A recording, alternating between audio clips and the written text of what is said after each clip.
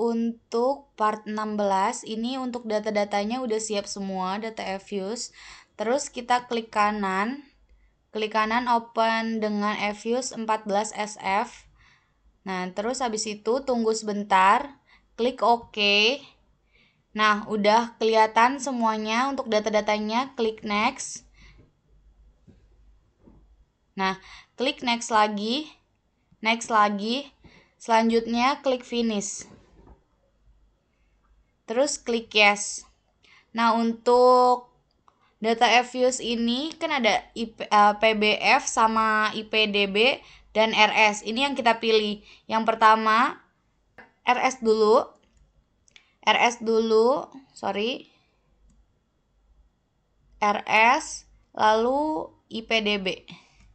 Selanjutnya klik kanan open execution. Terus habis itu ini kan ada C-nya di depan RS. C-nya di depan RS, klik OK untuk hasilnya. Variabel sama convention-nya sama prop-nya ini hampir sama semua. Udah sama semua. Bentar, kita cek di Word.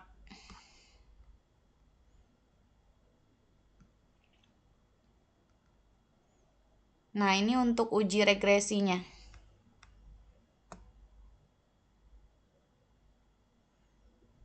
Nah, untuk hasil nomor 2 ini, regresi berganda sudah sama semua.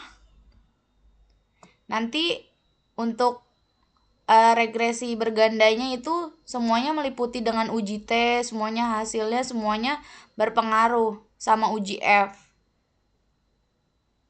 Lanjut.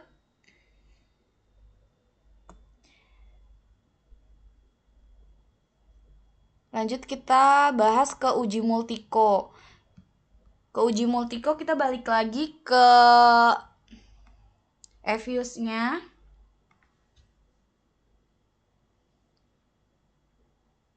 Untuk uji multiko, klik view. Terus pilih convention-nya. Terus abis itu pilih yang variance, influence factor. Nah, untuk hasilnya segini. Untuk hasilnya sama semua. Kita cek di Word. 1,264951, 1,264951.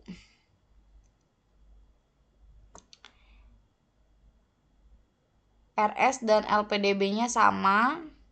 Jadi kesimpulannya berdasarkan hasil uji multikolinearitas, variabel RS, reto saham, dan LPDB, laju pertumbuhan produk domestik bruto, memiliki nilai sebesar 1,264951 kurang 10 dan nilai tolerance sebesar 0,7905 atau lebih dari 0,10 gitu. Jadi tidak terdapat gejala multikolinearitas antara variabel independen dan model regresi. Lanjut kita bahas untuk uji normalitas. Uji normalitasnya kita langsung lagi ke Fuse-nya. Klik view. Terus residual.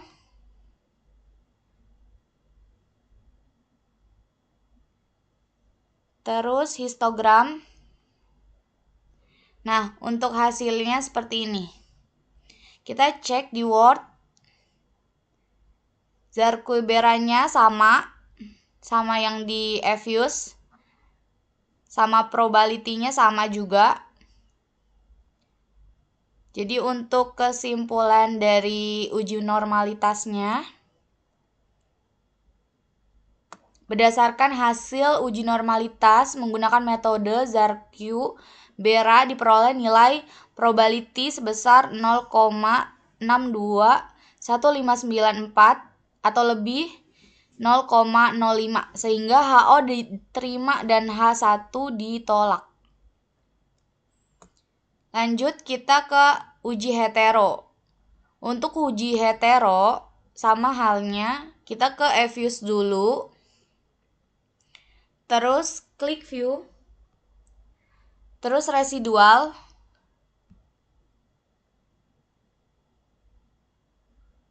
terus hetero, yang paling bawah ya. Terus kita lihat dulu, kita klik glide share. Jangan langsung klik OK. Kita cek dulu untuk tipe tesnya, tes tipe. Terus abis itu klik OK. Untuk heteronya sama ya. Untuk heteronya sama, kita klik di Word. Kita lihat untuk F statistiknya sama. R squared-nya sama. Ini juga sama. Jadi untuk kesimpulannya, berdasarkan hasil white heteroskedasticity test diperoleh nilai prop sebesar 0,0545 atau lebih 0,05 sehingga dapat disimpulkan bahwa tidak terdapat gejala heteroskedastisitas pada model regresi. Lanjut kita bahas lagi. Nah, untuk ini juga ada metode Glaser-nya, ini sama. Glaser-nya ini sama. Untuk uji hetero, ini ada di sini. Sama semua. Lanjut kita ke uji autokorelasi. Untuk uji autokorelasi, untuk dapetin hasil ini, kita sama halnya kita harus ke eViews dulu.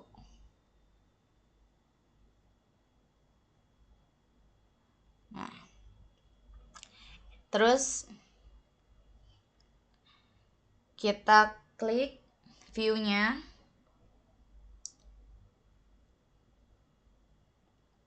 Terus klik residual. Terus klik serial correlation LM test. Nah, setelah itu klik OK. Lihat dulu untuk hasilnya sama atau enggak. Kita lihat di Word yang udah kita kerjain. Untuk hasilnya sama ya, 0,0002. Prop F-nya sama prop C square-nya 0,0027. Jadi kesimpulan dari autokorelasinya, berdasarkan hasil serial correction LM test-nya diperoleh dari prop square sebesar 0,027, jadi sama. Jadi itu kurang dari 0,05 sehingga dapat disimpulkan bahwa terdapat masalah autokorelasi pada model regresi. Dengan demikian, asumsi klasik autokorelasi belum terpenuhi dan model regresi perlu dilakukan perbaikan, misalnya dengan menambahkan variabel dan relevan menggunakan transformasi data atau menerapkan metode korelasi autokorelasi seperti Chaucerand, Orchard, terus sama Preuss-Weinstein, atau memasukkan komponen AR1 pada model. Lanjut kita ke regresi berganda. Regresi berganda tadi kita udah di awal. Jadi untuk hasilnya ini sama. Cuman untuk di nomor 2 ini, untuk regresi berganda kita juga mencari uji T parsial. Nah, untuk uji T parsialnya, ini berpengaruh terhadap RS dan PBF. Dan untuk hasilnya variabel RS 0,1394 terus propnya 0,8917. Nah, ini untuk kesimpulannya ada uji F juga. Hasil dari statistiknya F statistik 0,108402, terus ada prop F statistik 0,898213. Nah, jadi untuk kesimpulan penelitian dari regresi berganda itu sebetulnya banyak sekali, dari variabel RS, variabel LPDB, terus secara simultan RS dan LPDB-nya juga, terus ada nilai koefisien determinasi R2 yang sebesar 1,93-nya ini menunjukkan bahwa kemampuan model dalam menjelaskan variasi PBF sangat rendah, sedangkan 98,07% dipengaruhi oleh faktor lain di luar model.